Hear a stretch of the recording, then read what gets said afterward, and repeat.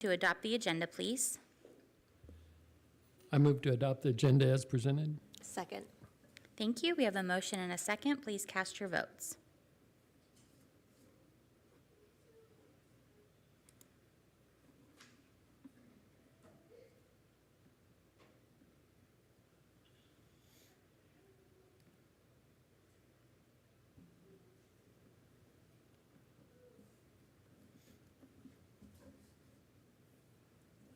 Motion passes 5-0. Thank you. That takes us to not only the program highlight, but I'm sure the highlight of the evening with our Student Empowerment through Stream CKH in Legal Leaders. Come on down.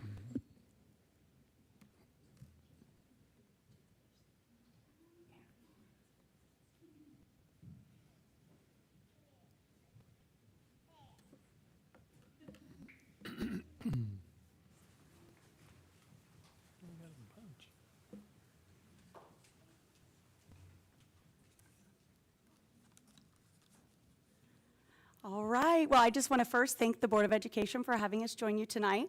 I have some pretty awesome students up here joining us. This is our Village Elementary School Eagle Leaders, so kind of like our student council group. So I will go ahead and let them step up and introduce themselves.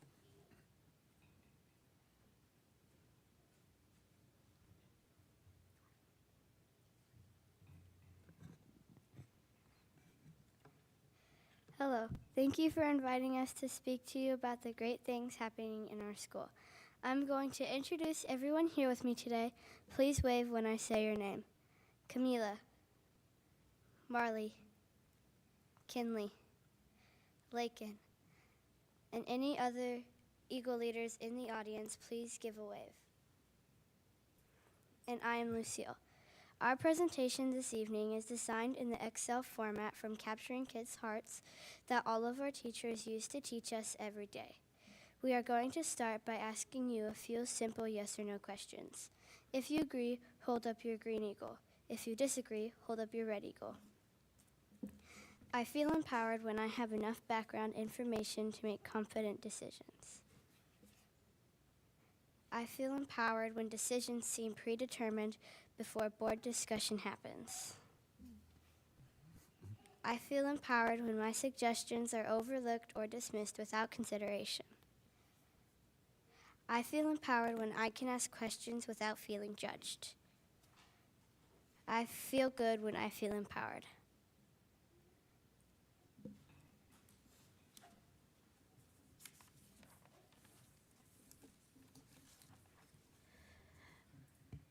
Would one of you be willing to share a good thing about how our school district is empowering students?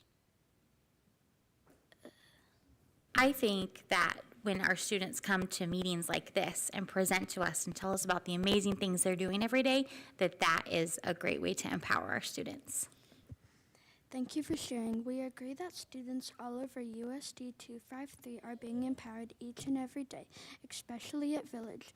Today we are highlighting just a few ways that Village students are being empowered.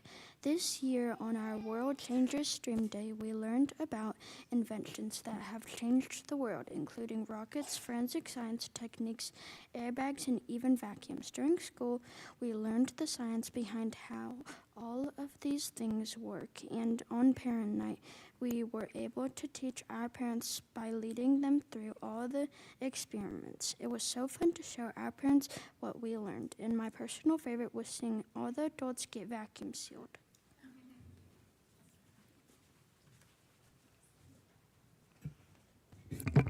For the past 2 years, we have had a village parade on the Tuesday before Thanksgiving.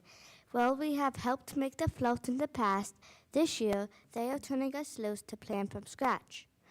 3rd, 4th, and 5th graders are researching countries where village students were born, given a budget to order supplies and designing the floats for our parade. Kindergarten, 1st, and 2nd graders get to vote on their favorite designs that we will end up making, and we are planning fun activities for them to do with us on that day. All of us here today are Eagle leaders, which means we were selected by our peers and teachers to represent our school. A few ways we are empowered as leaders is by welcoming students and staff to our building each day, speaking to the whole school at our Capturing Kids Health assemblies, managing the school recycling, presenting information to our class, and reporting back to our group.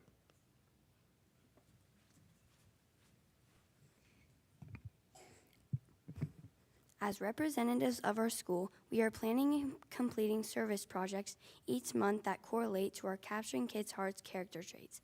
For empathy, we finished a project that our whole school started on our Earth Hour Stream Day.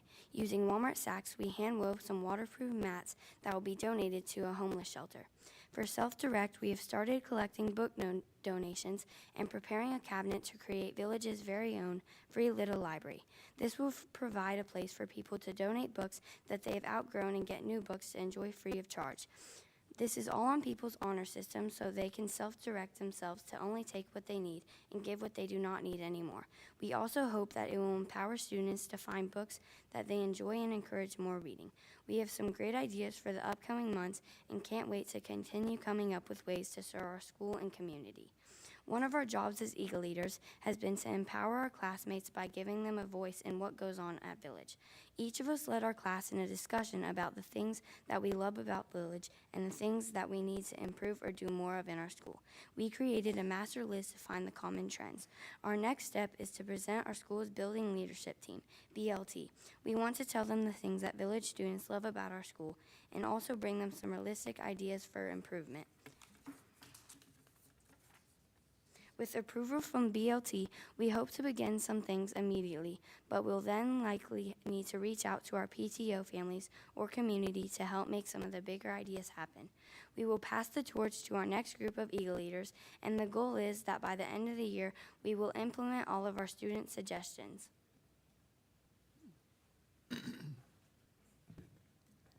As elected officials, the board is empowered to make decisions that affect all USD 253 students.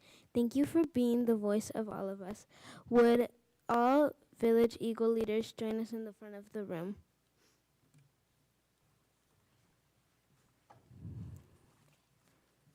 While they are coming up, do you have any questions? What questions do we have this evening? I'm interested to know who's building your little free library for you. Are you building that yourselves, or is somebody's parents helping you? So we technically got it off of someone, and we're the ones that are decorating it. Well, I have a question. I love your float idea and that you've been let loose to create the design that you want. So what is your budget for your floats?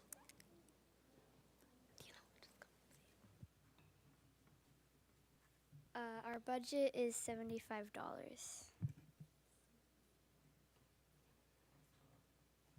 Any other questions this evening for this great group of leaders? Okay. If that's all, thank you very much. Wonderful job. You have something else?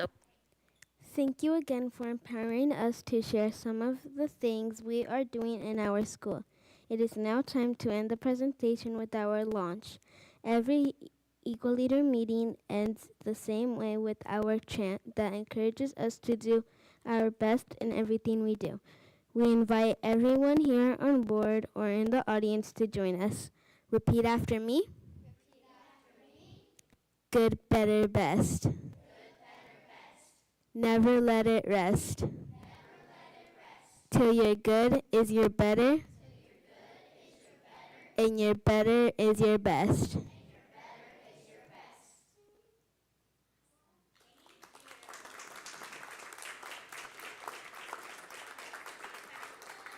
Take a bow. Wonderful job, Eagle Leaders. Thank you so much. Great job, Eagle Leaders. I do want to make sure that I name one more person who is instrumental in making sure that our Eagle Leaders are taken care of. Chelsea Evans is our Eagle Leader Coordinator who works with these students every week. So a big thank you to her, and great job, everybody, and thank you, parents, for joining us as well.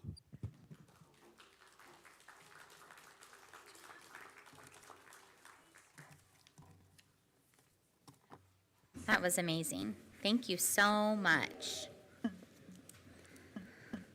Okay.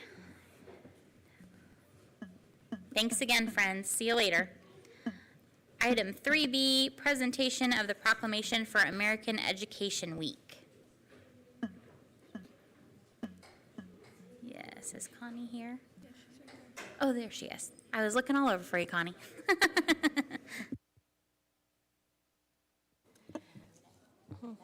Whereas public schools are the backbone of our democracy, providing young people with the tools they need to maintain our nation's precious values of freedom, civility, and equality.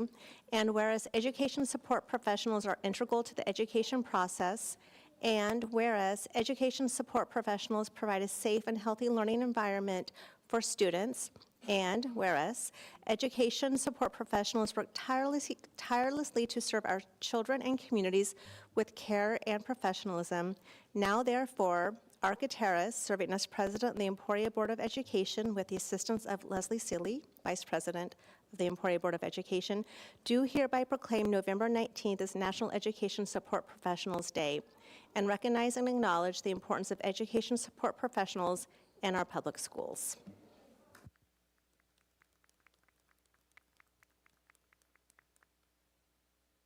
Thank you, Connie, and thank you, Jamie. That takes us to 3C, recognition of the 3rd annual Ruby Bridges Walk to School Day. The Emporia Board of Education would like to recognize Kansas's 3rd annual Ruby Bridges Walk to School Day on November 14th, 2025. We encourage everyone to participate by joining students across the country who are continuing the movement to end racism and unify our communities. This year is the 72nd anniversary of Brown versus Board of Education. Let's show Ruby why she should celebrate this monumental event in Kansas. In 2025, legislative efforts to make the day a permanent state holiday in Kansas failed, but Emporia and many other schools and communities will still recognize regardless of proclamation status. Okay. Oh, yeah. 3D, public comments. Casey, do we have any public comment this evening? We do not. Okay. As a reminder, public comments will be allowed with a duration of 3 minutes per speaker, and speakers must sign up for in-person public comment by 1 p.m. the day of the board meeting, and they can do that on our website. Okay, that takes us to the consent agenda. The items listed on the consent agenda are those for which the board has received information in advance and have been thoroughly reviewed. Approval of the items may be made by a single motion, second, and majority vote with no separate discussion of any item listed. Should a member of the board desire to discuss any item, at their request it will be removed from the consent agenda and considered separately. What are the wishes of the board? I move to approve the consent agenda as submitted. I second. Thank you. We have a motion and a second. Please cast your vote.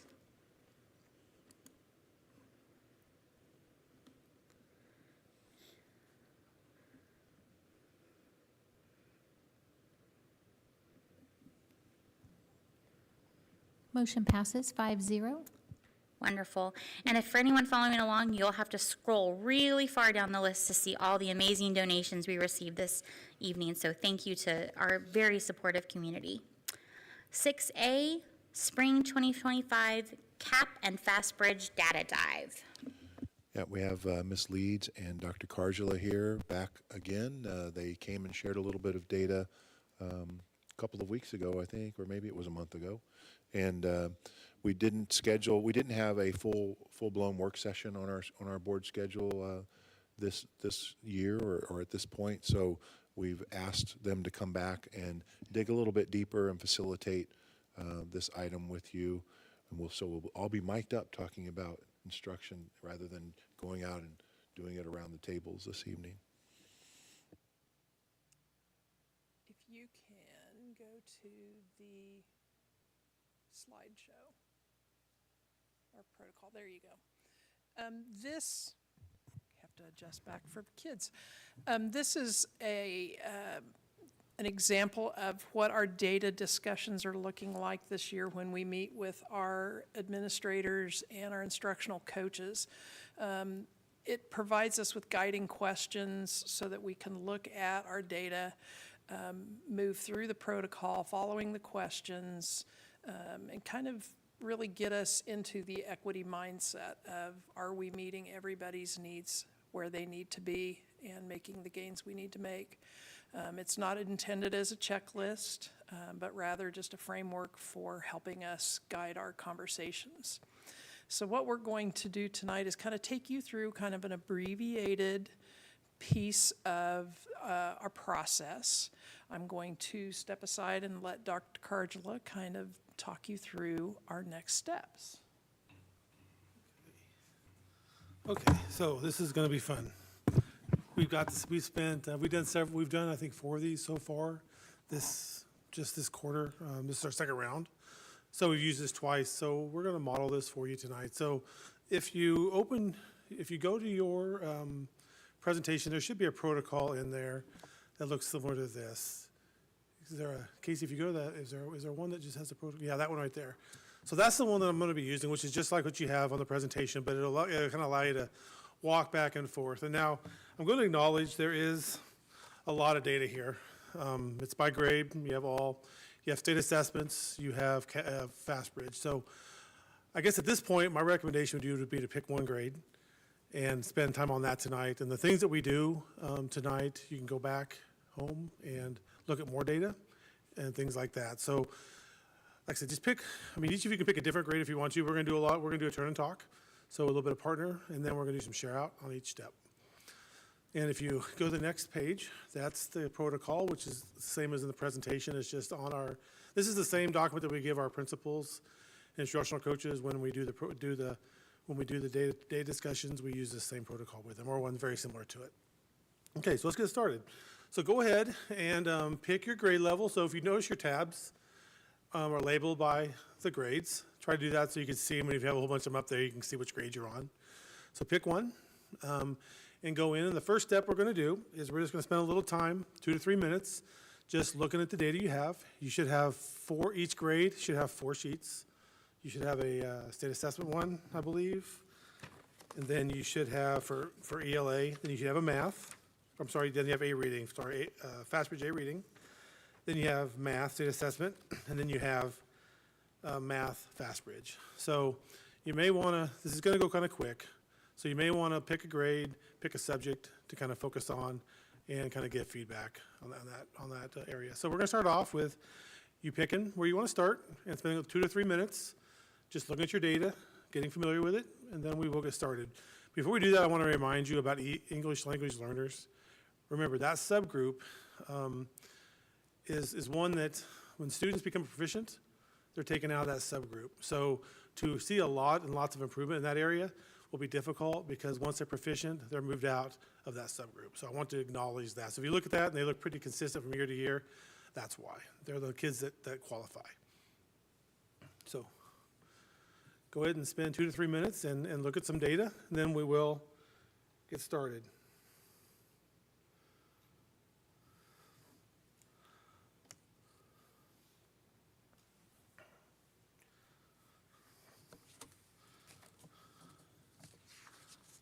Yeah, so if you want to find a partner, I think you're just going to have to go to one way. Yeah, Jamie and Dr. McGee are going to work together. So like I said, it'll take about 2 to 3 minutes and look at find some data and just get an overview of it, and then we'll start working through the protocol.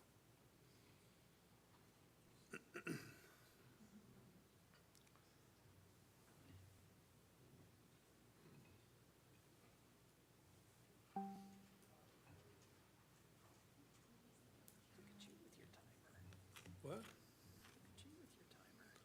I only got 30 minutes. And with Delta, I can't be over 30 minutes. Hey, Dr. Cardula, we Yes, have a ma'am. question. We're looking at, A reading, but I think I don't know that it matters. Like the one that says 13 fall 25 and then 12 spring. Okay, so with this report we're using, this tool, I should have explained it to you, I'm sorry. In order to get these to line up correctly, the number in front is the term. So like fall 25 was the 13th term we've given FastBridge. So that's kind of what that means. And the reason that's there is, like I said, because the system I'm using doesn't allow me to sort other than by numerically, and that's why that number exists. So if we're looking at sixth grade, is 12 when these same students were in fifth grade? 12, so, 12 yes. is spring Uh-huh. 25. Yes, Okay. they would have been in fifth grade, yes. So it's not, like, I'm looking at sixth grade, so it's not the sixth graders No. so from that- last spring. It is truly when they were in No, fifth no. grade to sixth grade. Okay, so no, it's not cohort. It is sixth grade to sixth grade. This is all sixth grade, yes. I'm sorry, I misunderstood your question. It's these are all sixth grade data. So we're basically looking at a program study, not a cohort study. How do the sixth graders each year perform on these programs?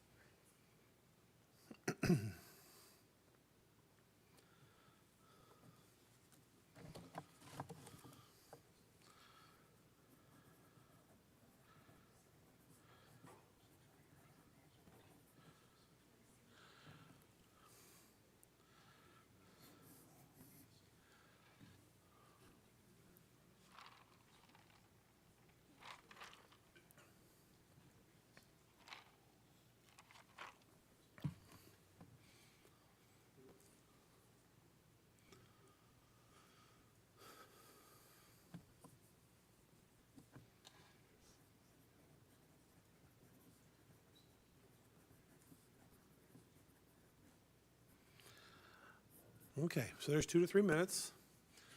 Are we ready to start taking a look at the protocol? Okay, so hopefully you've picked a grade level and you picked maybe an assessment to take a look at. So when you look at this data, think to yourself for a minute or so, what does the data tell you? And also, what does the data not tell you? So look at it from both sides. So think to yourself, and then we'll do a shorter partner and we'll talk about it a little bit.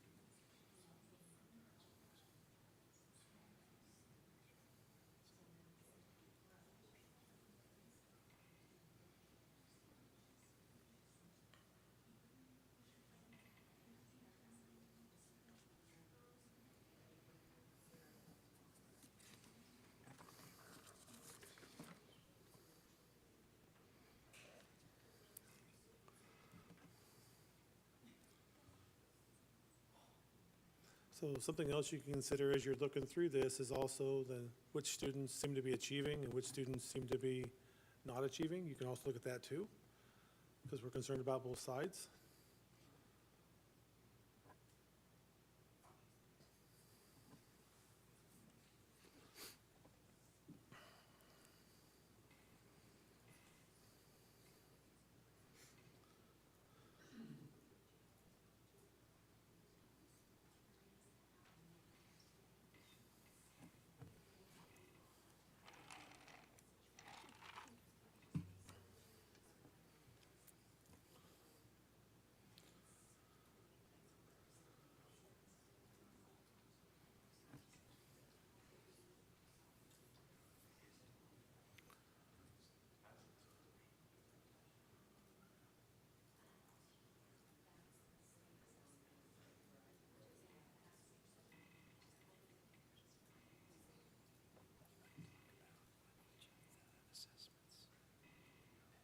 Yeah, we can do that.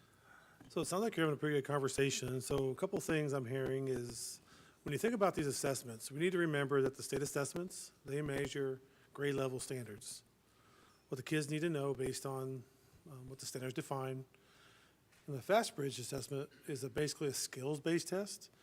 And it's not necessarily a grade levels test. It's built on a continuum. So the more you know, the further you get. So we're looking at these in terms of the way these charts are set up are very similar. They're both bar type charts. They have 4 categories. They have a on the left, they have high risk versus 1. On the right, they have a 4 versus post-secondary ready. So they don't necessarily directly correlate, but they'd be an indicator of success. And the Fast Bridge assessment is the screener. The students take every year 3 times, usually in the fall, winter, and spring. And the state assessment is a test that they take in the spring over just standards at their grade level. So we need to understand that what we're looking at too.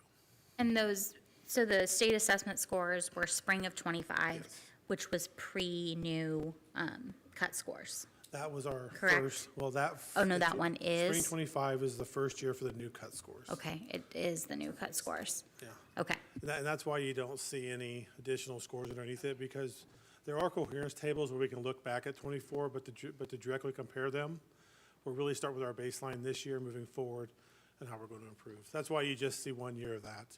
Now, you see a year, and you see one this year, and then you see last year for Fast Bridge, just so you can see a comparison.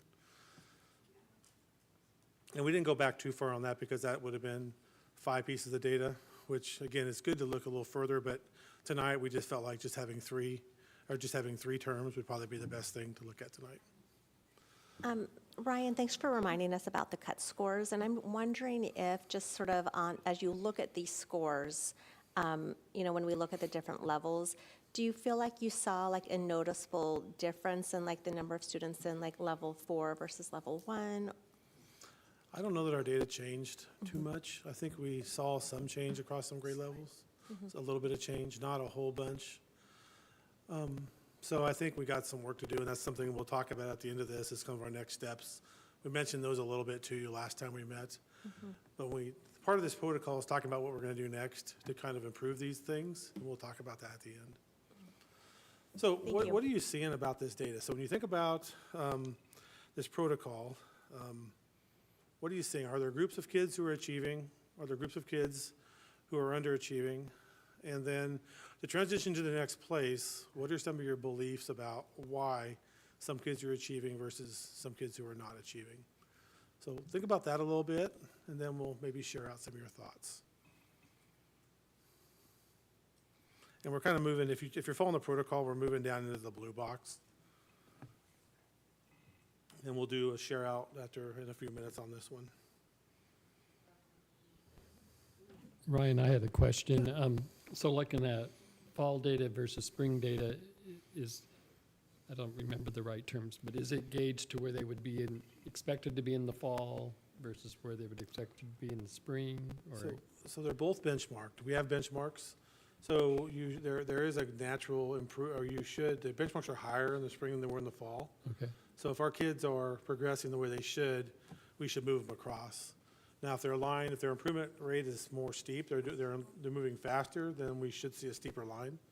So more kids moving up. If our improvement line overall is not very steep or it's less steep, we'll probably see that not as many kids move up to the next level. So it's really based on grade level expectations on where they should be each term, different benchmarks. And for that time of the year, Yes. school year?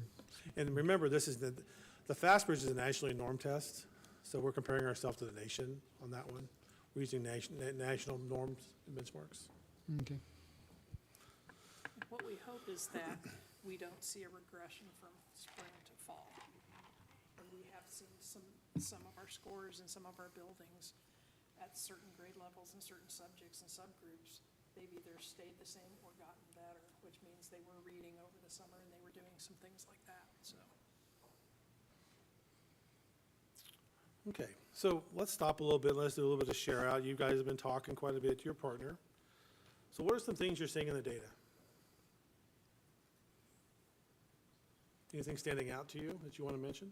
I'm looking at 6th grade, and I see that our kids are doing really well on Fast Bridge, on some things comparatively to state assessments. I recognize that they're very different tests, but that's strange to me that it doesn't reflect better in the state assessment.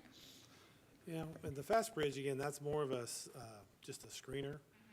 And we do take it 3 times, so the kids do get a little bit more used to it. The state assessments is taken 1 time. However, one of our next steps is to start using the Kite Mini test, which we talk about more, which is the same type of tests. And we'll talk about that more at the end, but to really get kids more familiar with the style of test, style of question. I'd be really interested to see where we end up after a year or even two on taking those mini tests over and over. Yeah, which, that's something we're trying to work on. We need to build the capacity of our principals and our instructional coaches in those areas so that they can work with their teachers. And that's kind of the stage we're in right now. So what else you see in the data? Anything else you want to share?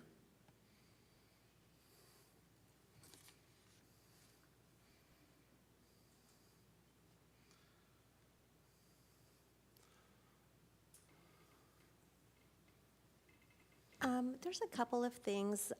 You know, I see that like I'm looking at 4th grade. So it looks like white students are outperforming their Hispanic peers. And so I'm just like thinking about like, and I also look at like how students on free and reduced lunches perform also. And so I'm just thinking what more supports can we give? And I know that you all are giving so many already. So I'm just thinking like royal we, not you at all, but. Well, I think one big thing we're doing in that area is our SIOP implementation. We talked about that, and we're in the 2nd year of that, getting all that in place, and that's part of our KESA plan. So I think once we have that in place and we start to utilize it more, hopefully we're going to start to see all of our students increase. I mean, it isn't just for our Hispanic students or ELLs, it's for all of our students. So hopefully that's a strategy that we can utilize to work on some of these subgroups. Odd that the Fast Bridge doesn't do free and reduced lunch. Well, and the reason it doesn't is because when we do Fast Bridge data, and it could, I put together these subgroups, I add that to that data, we could actually add that to it. We just haven't, that's not something we've done. But that definitely can happen moving forward if we want to start looking at that data. Because we don't get, the only scores we get back from Fast Bridge are just all students. And then through the database, I go through and I add in all the different subgroups. So we can definitely do that moving forward. Yeah, I agree. I think that would be helpful. I was just going to say, I was looking at 10th grade reading, and I was really excited to see the growth that 10th graders had made on the Fast Bridge, and I'm excited to see that reflected in their state assessments for 2026. Yeah, that was really good. We appreciate that. I know our high school is working really hard in both reading and math. We made some nice growth. And I thought I was told something a few weeks ago, and I just wanted to clarify this with you. So students with disabilities might have accommodations during their school day, but they don't always receive the same accommodations during testing. Can you just explain that a little bit? There's a list of universal features that they get, like, for example, separate setting. That's a universal feature that everybody can have. One thing that the state removed from us last year was text-to-speech. Used to be that we could get text-to-speech, particularly for elementary. They took that away. Now, you can still have text-to-speech for passages, provided you meet the standard that the state has set for that. We have to actually give the kids I believe it's the PAR assessment. Don't ask me what that stands for. But the PAR assessment, which gives an indication of grade level reading, what grade level they're at. Then once they do that, we can submit that to the state, and they can give us approval to set the text-to-speech up for elementary. Now, the text-to-speech is just, we can't have it in reading, but in math and science, it's a universal feature, everybody can have it. There's just not a lot of accommodations, like human readers, for example. That happens a lot within classes, but on the state assessment, we cannot have a human reader at all. In fact, they're telling us we can read isolated words, but we can't read any words in a passage. So I can share the list of accommodations with you if you're interested with it. There's a document on that. We don't really have a lot of accommodations anymore since they've taken away text-to-speech at elementary. We used to have a lot more. But now that that one is removed at 3, 4, and 5, we have a lot less.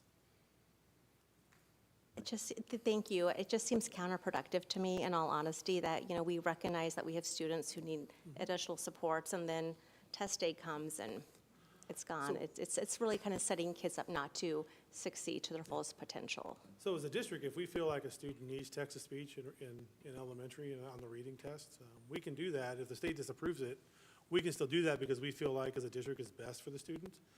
That test then just becomes invalid. So it's one of those things. We have to balance that. Well, as we go through our protocol, we're kind of getting down here a ways. One thing that we really want to start talking about is our success criteria. What does it look like to be successful? I was really excited to talk to you about that a little bit and kind of when you think about success, what does that mean to you in terms of our assessments, in terms of our FastBridge assessments? So what does success look like, I guess, is a question how would you define that for us? What do you think? You want to talk to your shoulder partner a little bit about that?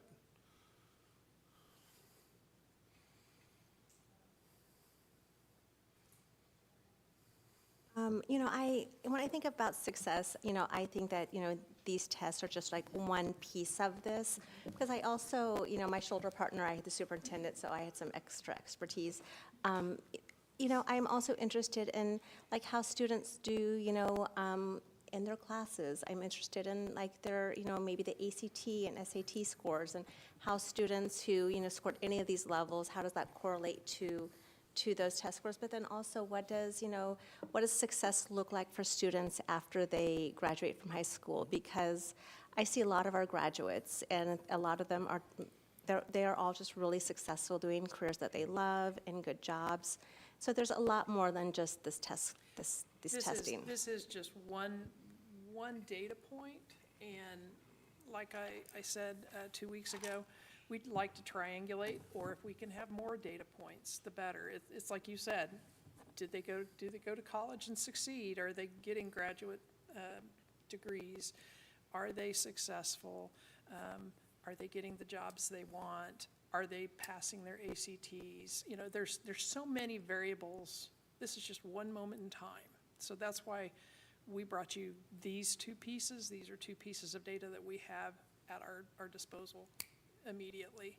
And those are discussions we have with our building administrators and instructional coaches is what does success look like? Because this is just one piece, so. Okay, so we're kind of down to the last part, the action steps. Up to this point, do you have any additional questions? Anything you're interested in before we kind of review what we talked about last time with our next steps? I just want to add that I really do consider any improvement a victory. If a kid moves out of high risk to the next group, that's you can't, I know you guys know this, but you just can't undervalue. That's a victory for that kid. And it'd be awesome if everybody was in the high performing, top section, but any improvement is always a victory. Thank you. We're in the growth business, so. Okay, so then some of our actions that just to remind you, right now we're working on our state standards, and we're working to utilize the PLDs, the performance level descriptors. And if you recall, those define what teachers or students need to be able to do to get at each level. So it tells us like if we want to be to level 3 for this standard, it describes what students need to be able to do. So we're working on that right now. We're working to build capacity with our principals and our instructional coaches. We're going to start transitioning to working with our teachers this spring, getting them up to speed on the PLDs and the KITE mini tests. And then we're going to move into our summer curriculum work, which is going to revolve around those pieces and making sure our curriculum guides reflect standards and the teaching at the correct level. And then also the alignment to our resource. We've been talking a lot about fidelity with our instructional coaches and our principals and reminding them that the fidelity needs to be to the standards and they need to use their resource to instruct their students, the one that's approved. So we're working on that. I think eventually we're going to be able to bring some local assessment data to you from the KITE assessment. That'll give us an indicator of how we're doing on our standards various times throughout the school year, kind of like the FastBridge does. but it'll be tied to state standards at the grade level. So don't really have all that 100% planned out yet, but that's kind of where we're heading in our plan to move forward into this summer. Ms. Leach, anything else you want to share? Great job. Thank you. Any other questions or anything? Anything else for Dr. Cardula or Cheryl this evening? No? Thank you for your time. Thanks, Ryan. Thanks, Cheryl. Really Thank you. appreciate it. Appreciate your time.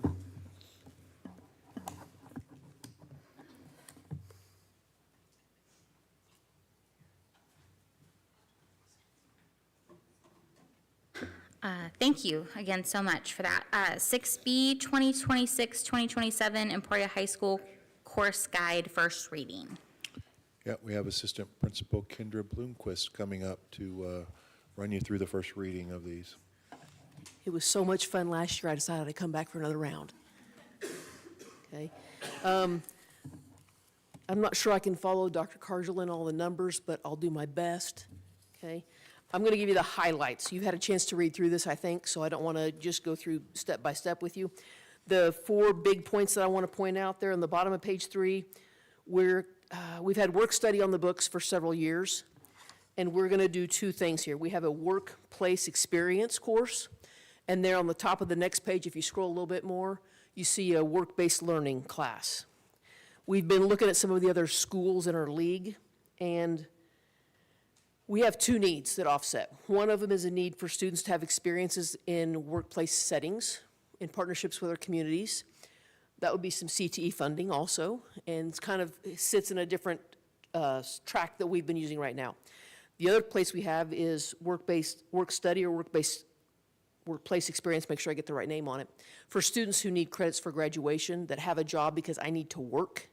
Not necessarily that I'm going to go into finance and want to have experience at Edward Jones, but I just have a job at Walmart and I need to get and put some extra hours in as a senior. So this is going to let us kind of meet the needs for both those students in both those areas. We have a senior right now that's actually, she's in both. She's doing a Little Lions work-based learning experience because she wants to go into early childhood, and she's also working at Skywalker's. So she's got some work study hours going in. So it's going to let us kind of grow that. On page 4 there, the next big change is we're moving from communication arts to public speaking. And I think those of you that have been to college, that tie makes a lot more sense. And that's why we're making that adjustment there. On the middle of page 5, new class, just because I like to promote our performing arts people, we have jazz band coming back. It was on there several years ago, and Mr. Woolard's going to bring that back in with Ms. Franks. And then the other big part that I wanted to hit was our social studies department. We have always been a 10th graders take U.S. history, 11th graders take world history. I don't know for how long, but since I've been here anyways. We know that several schools do it in the opposite order. Right? Okay, thank you. I was like, you're the expert right now, so I think that's right. My understanding is that we've left it that way. We've asked for the last couple of years about changing it, and we've left it that way. The instruction was that there was a tie between our ELA curriculum and our social studies. So those 2 departments were able to kind of work together. But with our new adopted text and resource, there's less of that connection that used to be there. And we have also a couple of staff members, and talking with Mr. Macias and our department chair, that are going to be able to teach some history classes for college credit. So we want to get the U.S. history in a place where juniors could probably take that for a college credit course, and so we're making that adjustment right now. Okay? Didn't you say that this would be really beneficial for kids who come in and out of our district? That this would more line up with what they experience, so they won't be so They won't be in a fish out of different, water. they won't be with a different group of kids, Right. grade level wise. Great. It'll be goofy for us next year because everybody will be in one class together, so to speak, and we'll probably split those up, juniors and sophomores, but I think we can get through it. It'll be really good, I think. And that's the highlights there. Do you have any other questions for me? Any other questions? Okay. Well, this is a first reading, so we will wait until our next meeting when hopefully we have our full board here. Thank you, Kendra.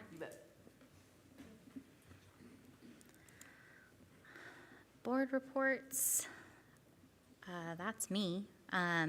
Tech College Board, we met on Monday, went over our campus safety report that we have to review every year, approved a couple things for the Higher Learning Commission, did some first readings of policies, just a pretty standard meeting. Commission, no? No, Jeremy, so no. Okay. 8A Superintendent Report.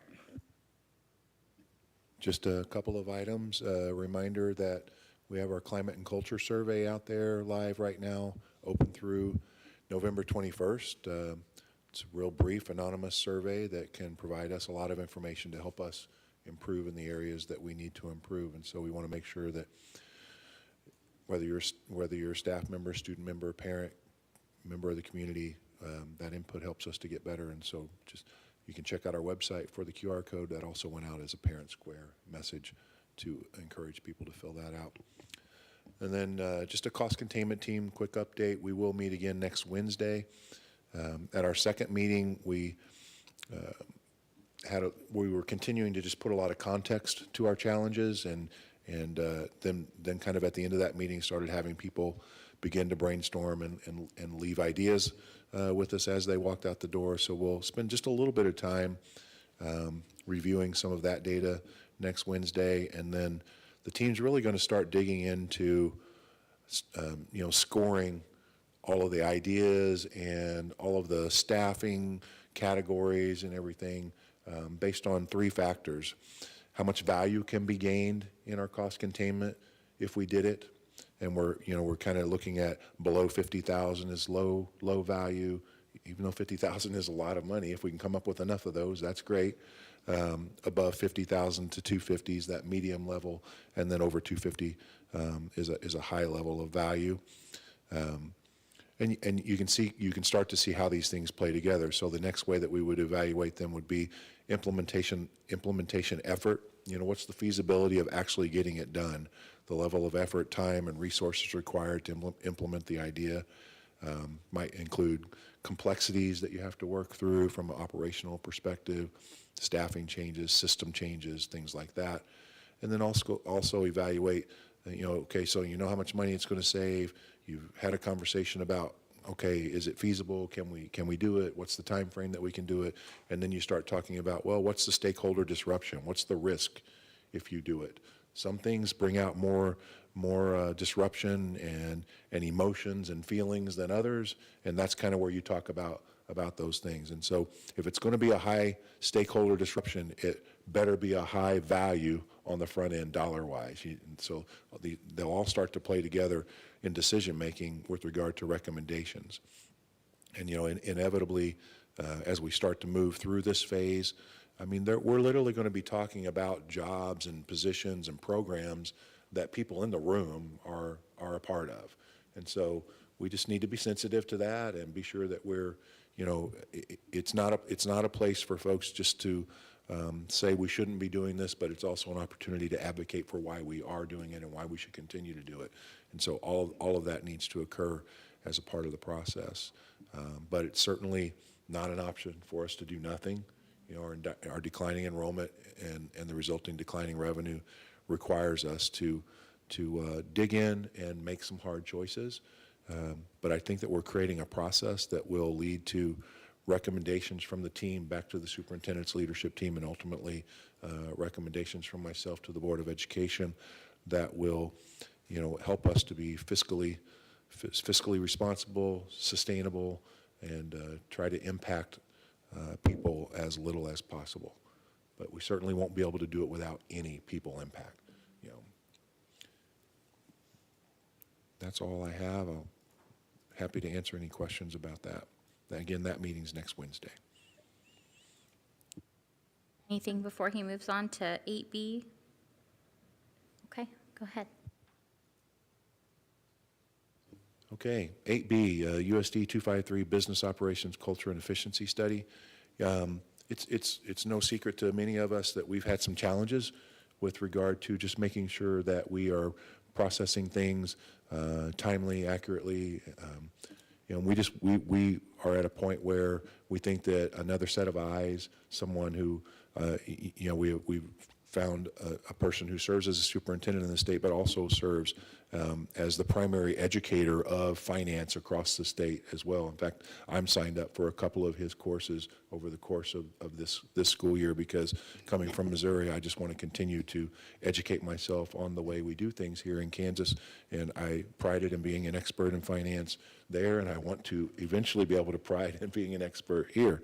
But for right now, we believe that the right approach, the right next step, as we've, you know, and Josh has done a great job of digging in the business office and beginning to improve processes and you know, make sure that we are doing things in an accurate way and following best practice.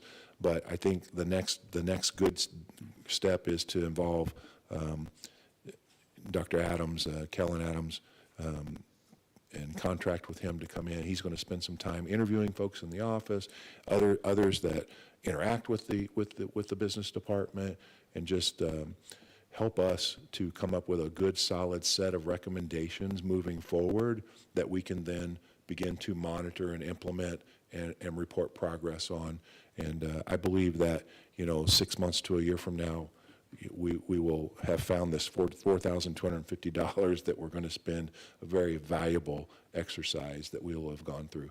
You know, it takes a little bit of swallowing your own pride, right, to ask someone to come in and help you, but everyone's done a great job of that, and we're all in a great mindset, and we know that we are not tackling this problem as fast as we want to, and so we're asking for a little help, and we would ask that the board approve this item so that we can begin that work. Any questions? I have one quick question. We've already talked about this proposal, but one thing that just came to mind, I know that we adopted a new program, Skyward, like 6 months ago. Will this sort of also help us? Will that be a part of this assessment, or is it just, you know, processes outside of Skyward? And I mean, was just curious. Cumulative was kind of like an upgrade of Skyward. We had Skyward, then we upgraded. And there have been challenges across the state with lots of business offices, and, you know, and it hasn't been necessarily the most user-friendly transition. But Dr. Adams is familiar with Skyward, and so I'm sure he can be a good resource there too. But yeah, I knew that we adopted it like 6 months ago, and it's these kind of programs are huge. So I just wanted to see if that would be part of this. So. Yep. Anybody else? I'm really glad you mentioned the cost, you know, $42.50, but when you think about how much we could be saving in efficiencies within, you know, just a few months, I think it's definitely worth it. I would entertain a motion on this one, please. I would move to approve the USD253 Business Operations Culture and Efficiency Study contract as submitted. I second. Thank you. We have a motion and a second. Please cast your votes.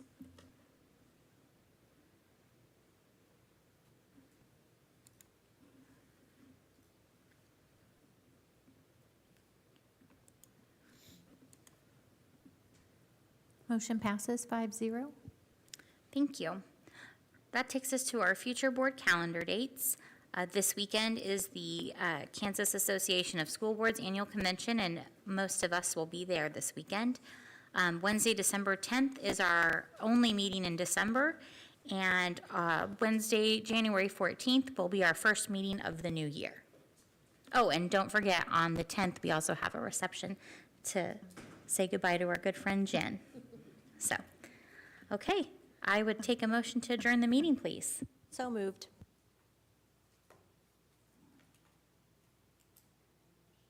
Second. You have a motion and a second. Please cast your votes. That's okay. I know, I thought Grant was going to do it. There it goes. Motion passes 5-0. Thank you, everyone. Have a nice evening.